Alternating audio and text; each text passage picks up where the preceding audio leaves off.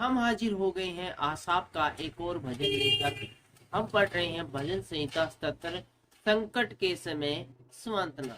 जय मसीह के साथियों, मेरा नाम है रमेश और आज हम पढ़ेंगे भजन संहिता 77। तो आइए शुरू करते हैं। मैं परमेश्वर की दुहाई चिल्ला चिल्ला कर दूंगा। संकट के समय सांत्वना आज के इस भजन संहिता का शीर्षक है। और इसमें जब गंभीर संकट किसी के ऊपर आता है उस समय का ये विवरण है।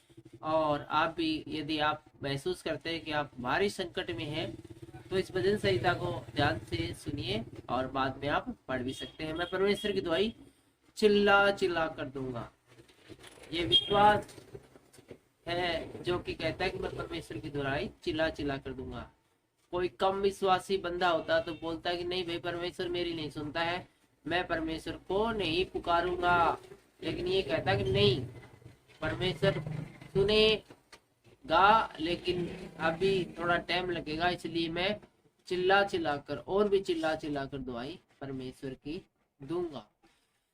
मैं परमेश्वर की दुआई दूंगा और वह मेरी ओर कान लगाएगा। मैं परमेश्वर की दुआई दूंगा और वह कान लगाएगा। निरंतर हमें परमेश्वर की दुहाई देनी है। संकट के समय, दुख के समय यकीनन वह कान लगाएगा, अर्थात हमारी बात को सुनेगा और हमारे लिए एक अच्छा, बेहद अच्छा एक्शन लेगा। दूसरी आयत कहती है, संकट के दिन मैंने प्रभु की खोज में लगा रहा। संकट के दिन में प्रभु की खोज में लगा रहा। रात को मेरा हाथ फैला रहा और ढीला न हुआ। पूरी रात में हाथ फैलाए, पूरी रात है मेरा हाथ है वो फैले रहे और ढीले नहीं हुए। लगातार परमेश्वर की ओर फैले रहे, दुहाई देते रहे, परमेश्वर से प्रार्थना करते रहे और मुझ में शांति आई नहीं। पूरी रात हाथ फैलाए मैं प्रार्थना करता रहा लेकिन शांति आई नहीं। ऐसा आसाप का इस भजन संहिता की दूसरी आयत में कहना था। और तीसरी आयत कहती है, मैं परमेश्वर का स्मरण करके कहराता हूँ। मैं परमेश्वर का स्मरण करके कराता हूँ। मैं चिंता करते करते मूर्छित हो चला। मेरी चिंता है वो बेहद गंभीर है और मैं चिंता करते करते मूर्छित हो चला हूँ। तुम मुझे झपकी लगने नहीं देता। मैं ऐसा घबराया हूँ कि मेरे मुंह से बात नहीं निकलती। इतना ज्यादा घबराया हुआ हूँ कि मैं किसी से आजकल बातचीत भी नहीं करता, बोलता भी नहीं हूँ। 5वीं आयत में लिखा है, मैंने प्राचीन काल के दिनों को, युग युग के वर्षों को सोचा है। मैं रात के समय अपने गीत को स्मरण करता और मन में ध्यान करता हूँ। 7वीं आयत में इस प्रकार से कहा गया है, क्या प्रभु युग युग के लिए छोड़ देगा और फिर कभी प्रसन्न होगा। परमेश्वर, मुझे ऐसा लग रहा है जैसे आप हमें युग युग के लिए छोड़ देंगे, हमेशा के लिए छोड़ देंगे। और ऐसा प्रतीत हो रहा है कि आप हमेशा के लिए हमसे नाराज हो गए हैं और कभी प्रसन्न नहीं होंगे, कभी मानेंगे नहीं। 9वीं आयत कहती है, क्या परमेश्वर अनुग्रह करना भूल गया।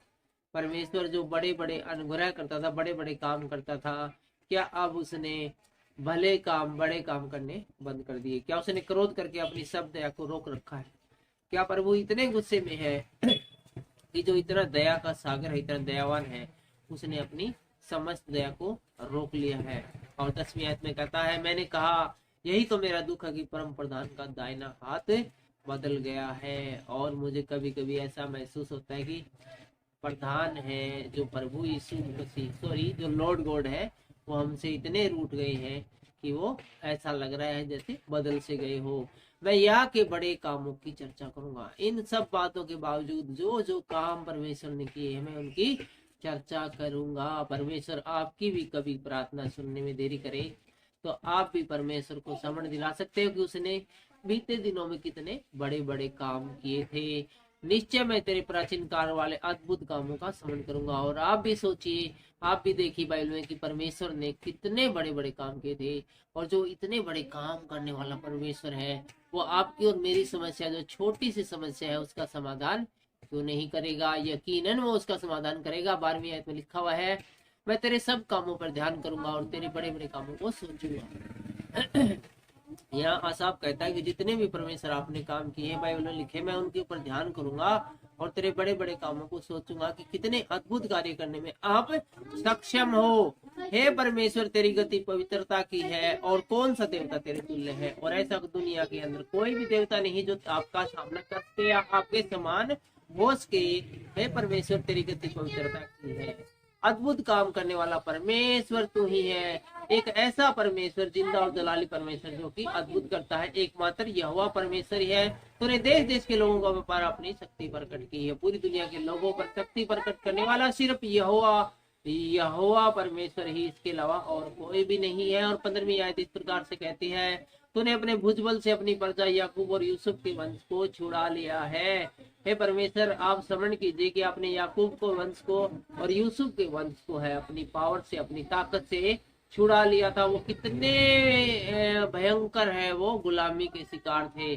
जो ऐसा परमेश्वर जो इतने बड़े कार्य कर सकता है, वो मेरी प्रार्थना, आपकी प्रार्थना को भी जरूर सुनेगा। और 16वीं आयत में आसाफ ने लिखा है, हे परमेश्वर, समुद्र ने तुझे देखा, समुद्र तुझे देखकर डर गया। समुद्र ने परमेश्वर को देखा था और गहरा सागर भी कांप उठा। मेघों से बड़ी वर्षा हुई, आकाश से शब्द हुआ और फिर तेरे तीर उधर उधर चले। बवंडर में तेरे गर्जने का शब्द सुन पड़ता था। जगत बिजली से प्रकाशित हुआ, पृथ्वी हिल गई। और ये सब बातें हैं कब हुई थी? जब इजरायलियों को मिस्र से परमेश्वर छुड़ा कर लाया था और समुद्र है वो 2 भाग हो गया था। उस समय समुद्र ने परमेश्वर को देखा था और वो डर गया था। और 19वीं आयत कहती है, तेरा मार्ग समुद्र में है। उस समय समुद्र के बीच में से जो रास्ता बना था, उस रास्ते के बीच में कहा गया है कि तेरा जो मार्ग है वो समुद्र में है। तेरा 19वीं आयत को एक बार फिर से पढ़ेंगे। तेरा मार्ग समुद्र में है और तेरा रास्ता गहरे जल में हुआ है, और तेरे पाँव के चिन्ह मालूम नहीं होते। परमेश्वर जब चलता है तो उसके चिन्ह नहीं बनते, उसके फुटप्रिंट्स नहीं बनते, जबकि आप और हमें चलते हैं तो बनते हैं। हम पढ़ रहे थे भजन संहिता 77, संकट के समय सांत्वना, और इसकी आखिरी आयत को पढ़कर हम इस पाठ को, इस अध्याय को खत्म करेंगे। 20वीं आयत में लिखा है, तूने मूसा और हारून के द्वारा अपनी प्रजा की अगुवाई भेड़ों की सी की थी। मूसा और हारून ने अपनी समस्त प्रजा, परमेश्वर की समस्त प्रजा की अगुवाई ऐसे की थी जैसे कोई चरवाहा अपनी भेड़ों की करता है। आज के इस भजन संहिता के द्वारा हम सबको आशीष मिले, बरकत मिले। सबको जय मसीह की जय हिंद।